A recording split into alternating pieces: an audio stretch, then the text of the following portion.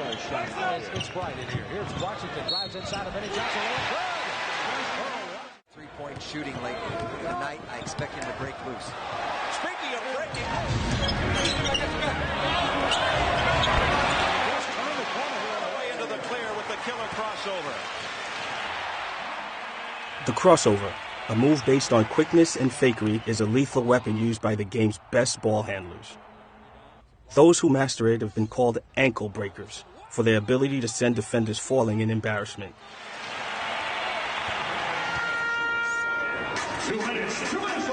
Dwayne Wade has a deadly crossover. He explains his technique and the players who inspired him.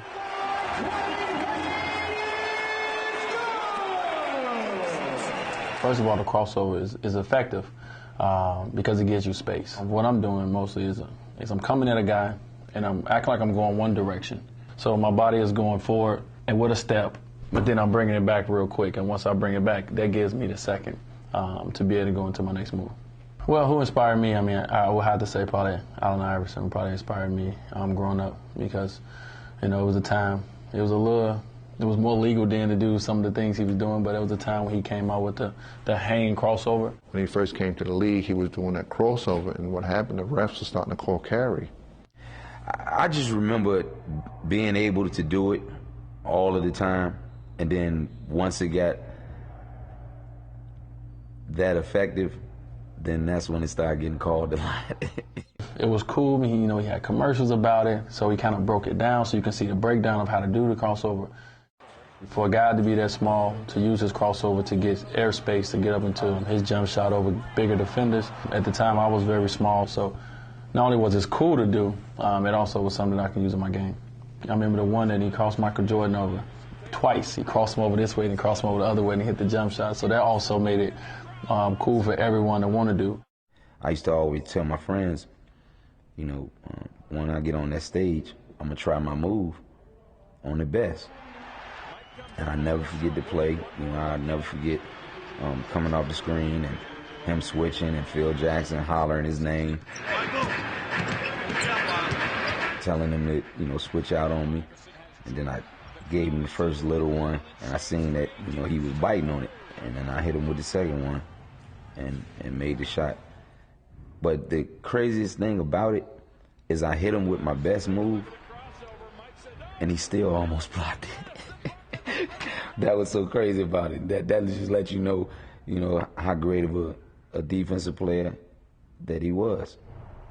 I first learned the crossover at Georgetown. I had a teammate, Dean Berry, and man, I had to guard him at practice. He was a walk-on player. He used to hit me with it all the time, every day. And, at some point, my ego, I'm not going to ask this guy how to teach me how to do it. But at some point, I was like, man, the move is so vicious. I got to ask him. The first time the crossover came was, it came in stages. I think seeing John Stockton, I would drop it. Seeing, Kenny Anderson, I would give it a little shoulder action and change directions. Seeing Tim Hardaway, I realized I need to get a little lower to the ground. Yeah, who has a better crossover, Dean Berry or Allen Iverson? Yeah, you ask Allen, he'll probably say him. But, the student can never beat the teacher. I have the best crossover by far, ever. Because I put it on that platform, on the biggest stage ever. Tim Hardaway has the best crossover. AI has the easier one to do. But Tim Hardaway's still to this day is hard.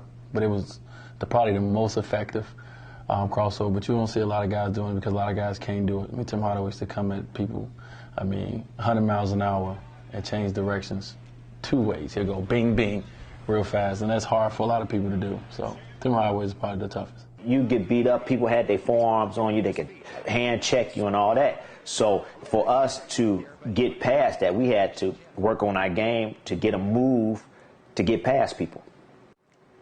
I saw Pearl Washington one day. I was like, wow, I want to do that move. I went out there and started practicing the move, and I could do the in and out, but it just didn't feel right to me. I started doing it my way. So I used to come and cross and put it between my legs, then bring it back in front of you and cross you over and have a free lane to the lane. what I put out there, from all the work that I did to master that move, people see that move and they use it in their arsenal or their game. Allen Iverson was great at it. Hardaway was great at it too also. When I was younger, you know, out in the playgrounds or in the Howard houses where I used to live at, one of the things I seen when I did the crossover, by being low to the ground, it's much easier to do your crossover because it's hard for somebody to try to take the ball from you when you're down low. Well, when I think of Dwayne Wade, I just think of somebody who's just a phenomenal athlete. He's only about 6'4", 6'5". You see a guy who could, you know, cross you over and then step back, shoot a jump shot, or go to the basket and dunk on you. I mean, that's just unbelievable.